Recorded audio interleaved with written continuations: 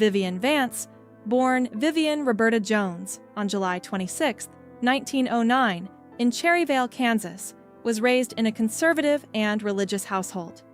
Despite her mother's objections, Vivian harbored a deep love for the performing arts.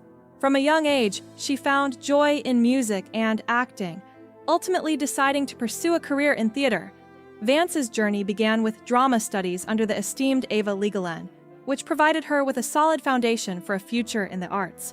Her passion for acting led her to Albuquerque, New Mexico, where she became involved in local theater productions, honing her craft. Vance later moved to New York City in the 1930s, marking a pivotal point in her career. Her Broadway appearances, including Anything Goes and The Voice of the Turtle, soon caught the attention of critics and producers alike, paving the way for her future success. Breakthrough on Broadway. Vance's Broadway career soared when she succeeded the legendary Kay Thompson in the 1937 musical Hooray for What. The energetic and exuberant production provided a crucial stepping stone in Vance's career, proving her ability to thrive in leading roles. Her performance was well received, demonstrating not only her acting talent, but also her skill as a musical performer.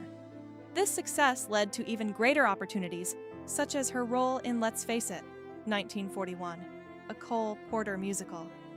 Vance's portrayal of Nancy Callister in the show earned her wide acclaim, especially during her performances alongside Danny Kaye and Eve Arden.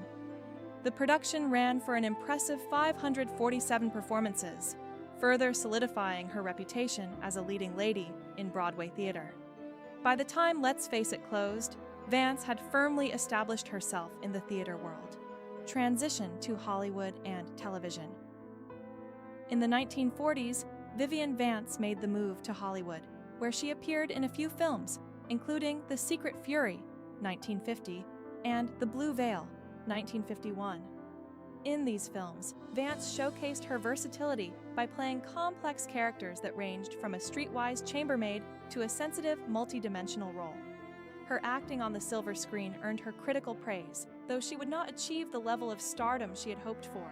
Despite this, the move to California was instrumental in broadening her career, as it led to her joining the cast of I Love Lucy, the iconic sitcom that would come to define her legacy. Vance's role as Ethel Mertz, the supportive and often exasperated best friend to Lucille Ball's Lucy Ricardo, would prove to be her most famous and beloved work.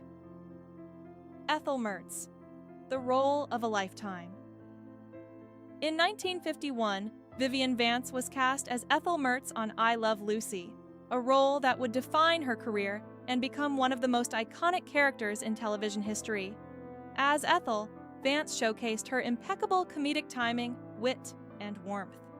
She became the perfect foil to Lucille Ball's zany antics, with the chemistry between the two actresses making them one of the most beloved duos in TV history.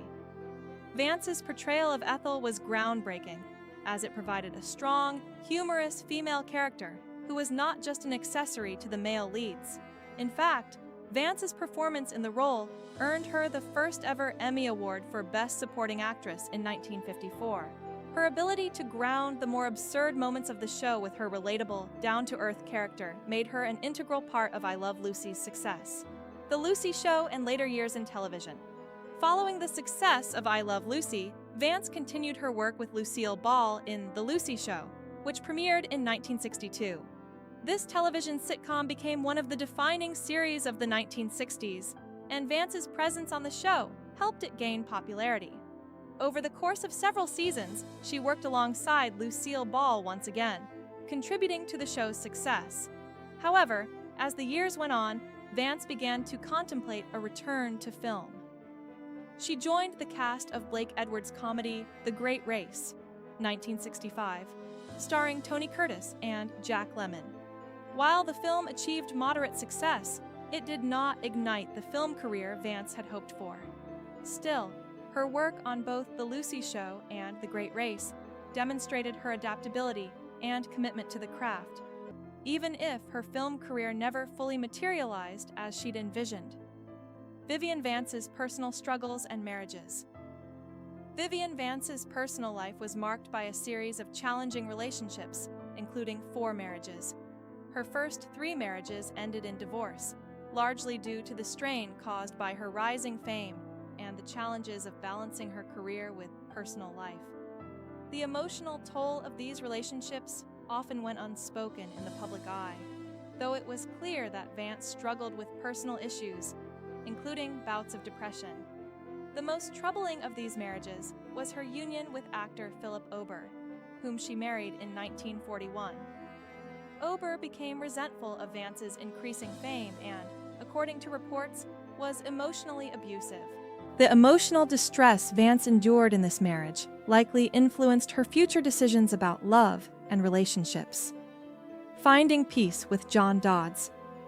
In 1961, Vivian Vance married her 4th and final husband, John Dodds, a respected literary agent, editor, and publisher.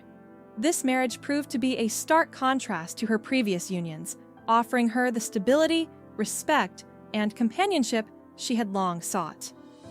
Vance and Dodds settled in Stamford, Connecticut, where they lived a peaceful and relatively quiet life away from the Hollywood spotlight.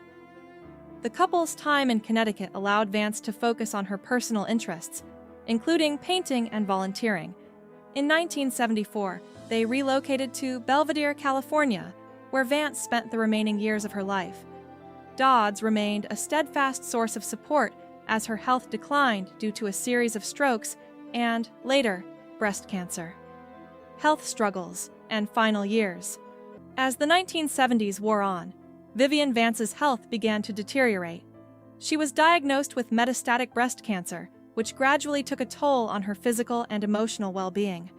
Despite her illness, Vance remained active in her creative pursuits as much as her health allowed. Her final years were marked by the comfort of her strong relationship with John Dodds and the support of her friends, including Lucille Ball. The bond between Vance and Ball, which had begun during their time on I Love Lucy, remained unwavering throughout their lives. Ball reportedly visited Vance during her final days, and the two shared an emotional farewell, underscoring their lifelong friendship. Vivian Vance's legacy and lasting impact. Vivian Vance passed away on August 17, 1979, at the age of 70.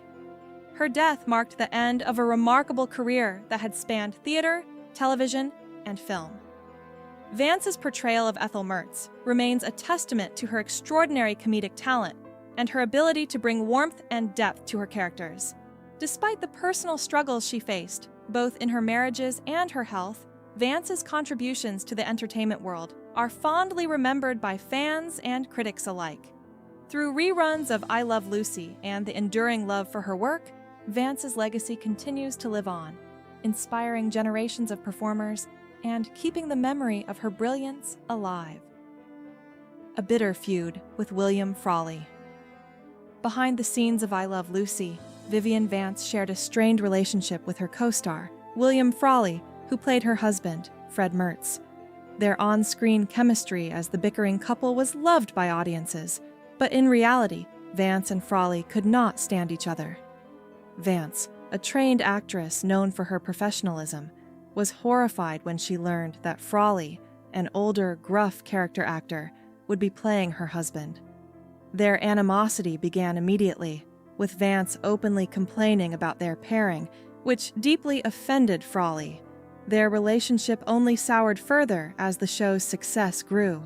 Vance's commitment to rehearsal and attention to detail clashed with Frawley's laid-back approach, and his reputation for drinking on set made Vance even more frustrated. The animosity between them grew so intense that Frawley reportedly celebrated when he learned of Vance's cancer diagnosis, while Vance responded with a reportedly celebratory comment when Frawley passed away in 1966. The enduring feud and public legacy. Despite their bitterness behind the scenes, Vance and Frawley managed to create one of television's most iconic couples on I Love Lucy.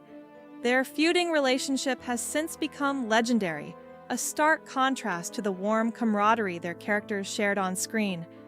Their story remains a striking example of how professional actors can create magic in front of the camera despite personal differences. To this day, their feud is a defining part of I Love Lucy's history. leaving fans stunned by the revelation that the beloved Ethel and Fred Mertz could not stand one another off camera. For Vivian Vance, William Frawley represented the one person she truly loathed in her entire career, and their bitter relationship remains one of the most infamous behind-the-scenes stories in television history.